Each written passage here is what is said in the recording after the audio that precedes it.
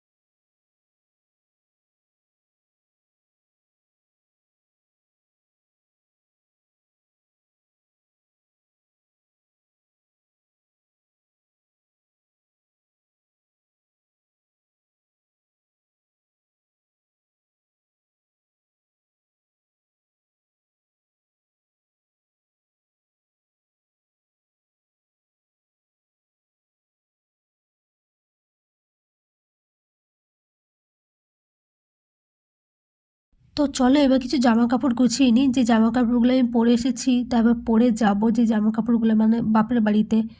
তো সেই জামা কাপড় কটা গুছিয়ে নিই তাড়াহুড়ো করে। আর বাবুর জামাগুলো গুছিয়ে নিয়ে আমি খাটটা ভালো মতো পরিষ্কার করে নিয়েছি। এবার মুছবো, আমি নিচটা সানটা মুছবো। তো এখানে 2 বাইয়ের যে কফি মেশিনে যে ব্যাগটা রয়েছে সেটা একটু ভিতর দিকে সরিয়ে দিলাম। আর ছেলের খেলনা দেখেছো, এই এক ব্যাগ খেলনা রয়েছে, যেগুলো মধ্যে অর্ধেকটা ভেঙে দিয়েছে, যেগুলো ফেলে দেবো বলছে, কিন্তু ছেলে আমার ফেলতে দেবে না। তো যাই হোক, ওগুলো সরিয়ে সরিয়ে একটু মুছে নিই। এরপর মেঝেটা আর একটু ভালো করে মুছে নেবো, এই যে আর একবার মুছে নিচ্ছি। তো চলো মুছে নিই, মুছে টুছে নেওয়ার পর তারপরে আবার অন্য কাজ করব।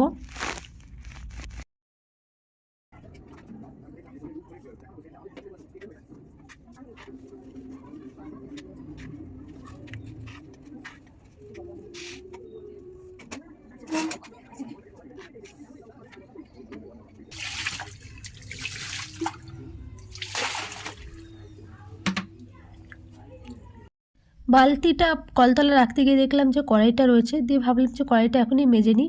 আর আমার শাশুড়ি মা এই কড়াইটা না রেখে দিয়েছিলেন নতুন কিনে, তো বৃষ্টির জল পেয়ে পেয়ে কেমন কালো পাড়া হয়ে গেছে, তারাও তোমাদের আমি দেখাচ্ছি। তো এইটা যতই মাজছে উঠছে না। তো শাশুড়িমা বললেন এটা ভিতর দিকেও হয়ে গেছিলো, এই দেখো এই কালো দাগগুলো কেমনভাবে হয়ে গেছে না, বিচ্ছিরি লাগছে দেখতে। তো শাশুড়িমা বললেন ভিতরেও ছিল, তো মেজে অনেকটা উঠিয়ে দিয়েছি। তো দেখা যাক বাইরেটা কতদিনে ওঠে। আর এইদিকে আমার না আরেকটা কাণ্ড হয়ে গেছে, এগুলো মেজে টেজে আমি অনেকক্ষণ বসেছিলাম ঘরে, আমি ভুলেই গেছি যে আজকে শনিবার। ছেলের আমার 1:20 ছুটি হবে। তো আমার মাথায় আছে যে ওর 1:30টার সময় ছুটি হবে। তো আমি বসে রয়েছি, হট করে আমার মাথায় এলো 1:15 সময় যে ওর তো আজকে 1:20 ছুটি। তো ভাগ্যিস আমি শ্বশুরবাড়িতে ছিলাম, শ্বশুরবাড়ি থেকে স্কুলটা বেশি দূরে না। তো কোনো রকমে তাড়াহুড়ো করে রেডি হয়েই বেরিয়ে পড়লাম ছেলেকে স্কুলে নিতে। আর একটা গলির ভেতর দিয়ে গেলে না বেশিক্ষণ সময় লাগে না, জানো তো, 5 থেকে 6 মিনিটের মধ্যেই আমি হয়তো পৌঁছে যাব। তো এই যে গলির ভেতর দিয়ে এখন আমি যাচ্ছি।